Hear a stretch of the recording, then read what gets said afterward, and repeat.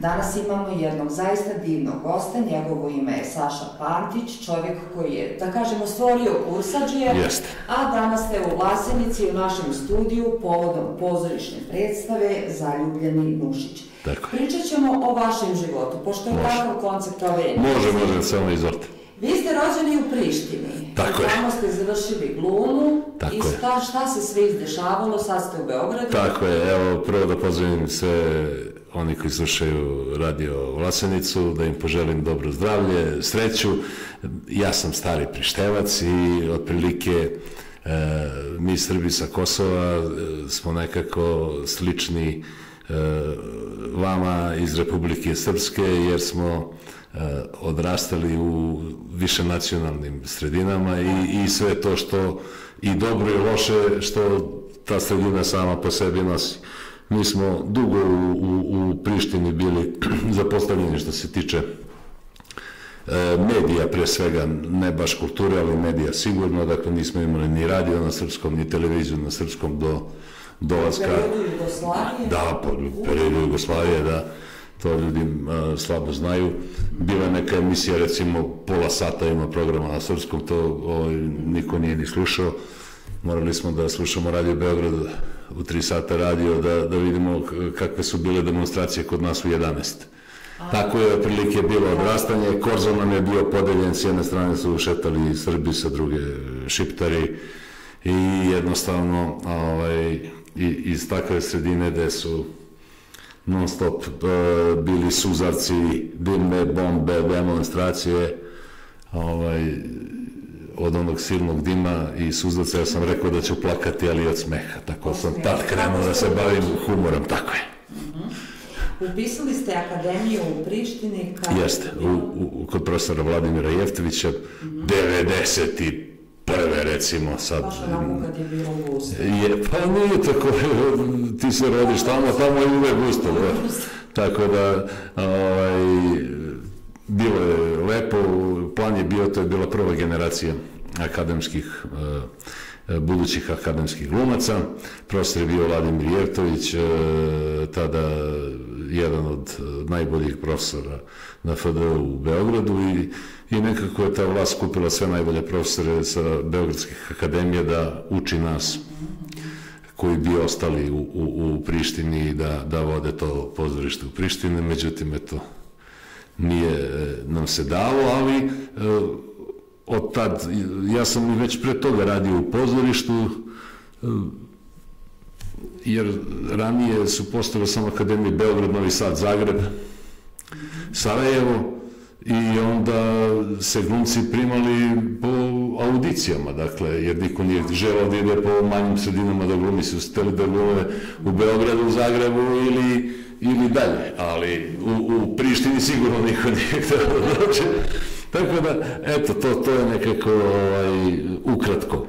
Kada ste došli u Beograd, odlučili ste da se nasmijete. Tako je. Pa su nastao je TV projekat Kursadžije. Tako, prvo je bila policijska stanica, koja je u stvari Kursadžije, jel tako, ali eto, Bane Vidaković, Branko Babović, Đuro Palica, koji je inače bio sa mnom u Prištinskom pozorištu, Ranko Goranović i ja smo krenuli onako više da sebe zabavimo i ako uspemo da nešto zaradimo od toga, jer su vremena bila teška. Ali vi ste bili zaista... Pa prošlo nam je, dakle, to što smo zamislili, na našu sreću. Trajali smo punih 20 godina, od 2000-te, malte ne smo nas puštali svakodnevno do 2020. I onda, kao što to obično biva, dolaze mlade snage, nove, traži se nešto novo na tim televizijama i mi svako od nas radi neke svoje projekte ili u svom matičnom pozorištu. Mi se i dalje družimo i super smo drugovi, tako da i ukoliko neko hoće to da vratim i mi smo opet tu spremni. Ja se nadam i ovako matori moguće. Ne, niste Tako je. Nemate veze sa godinama.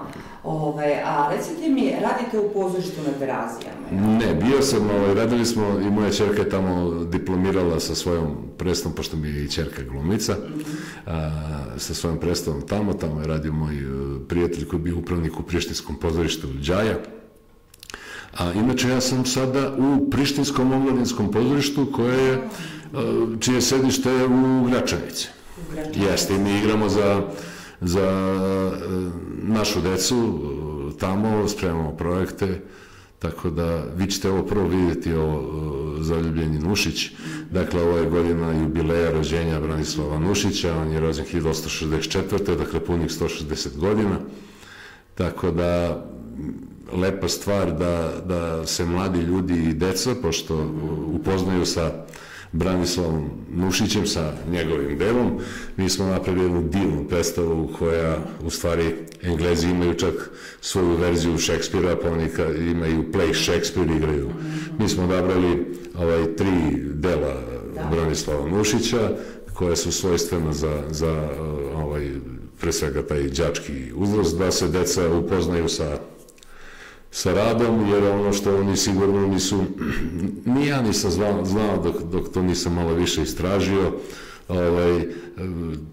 Branislav Nušić je čovjek koji je i otvorio pozorište u Sarajevu. Sarajevo nije imalo pozorište dok nije stigao Branislav Nušić.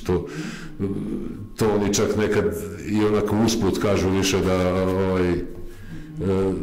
da se ne čuje nego da se zna, ali je jedan od najzaslužnijih uopšte za stvaranje pozorišta na svim ovim našim prostorima i čovjek koji je za Srbiju dao ne samo ta svoja velika dela, već i svog sina Jedinca Strahinju, koji je junačkom smrću nastradao kao jedan od 1300 kaplara. To deca naša treba u principu da znaju i to je neka misija koju ja mislim da mi trebamo da pokrenemo, ne samo, krenuli smo, igrali smo već par predstava u Srbiji, u Lučanima, u Brusu, eto nas sad ovde, zovu nas i dalje, ali polako da još u našim sredinama su u svađi direktori škola i direktori Doma kulture. Pa ako ti igraš u Domu kulture, neće da desi. Mislim, malo je bez veze, ali to smo mi. A recite mi, radite u Beogradu, koliko tamo mladi ljudi, đački uzrast, vole da odlaze? Vole. I postoji jedno pozorište Slavija koje je onako zaista divno, ja tamo igram 3 predstave koje ukoliko kupite karte u 1., 2. ili 3. svakog meseca, dakle u tom datumu, karte su 300 dinara, što bi to otprilike nekako, kako da... Nešto je to, eto, tako, duplo manje i onda ljudi, stvaraju se redovi veliki. Mi ovde možemo da vidimo u medijima da su u Beogradu često redovi kada su Jeste. I sad neko to pametno radi kao on i sad ti ako hoćeš da gledaš po toj jeftinoj ceni, a da ne kažeš skupo mi je, eto izvoli pa doći. I neobično nego su uvek pune te predstave, mi tamo igramo, moja žena se zove Zlatko, žena moga muža i ja igram u predstavi Ljubav na srpski način. Žena moga muža? Jeste, žena moga muža. O čemu se tu radi? Tu se radi o tipu koji ima 2 žene, on je Stuart i leti od Beograda do Tivta i kad se leti u Tivat 2 dana je sa ovom ženom, a kad je u Beogradu 2 dana sa ovom. I onda jednog dana jedna sazna za drugu i njemu kreće pakao. Komedije su naravno. Da vas pitamo, kakvi su vam planovi, neovisno od ove pozorišne predstave Zaljubljeni Nušić, šta trenutno radite, da li planirate neke radove na filmu? Pa, u principu to sve što se radi, to ljudi treba da zovu, ali velika je to produkcija koja je obesmišljena tim velikim brojem privatnih akademija i onda ti klinci rade malte ne besplatno, samo da bi bili poznati, što ja razumem donekle. Zato smo u prilici da pogledamo milion nekih serija koje nemaju blage veze i ne znamo... Čak i previše serija. Tako je, sad, i to, zato što ti glumci rade bez ikakvog nekog smislenog honorara, misleći da će nešto da naprave tako i to zloupotrebljavaju ti zločesti producenti, tako da mi koji se bavimo svojom produkcijom gledamo svoga posla i sami zarađujemo. Nama je jako drago što je Nikola Pejaković radio trilogiju. Da li ste pratili to? Jesam, čak je Bane Vidaković i Janez igrao kod njega. Jeste.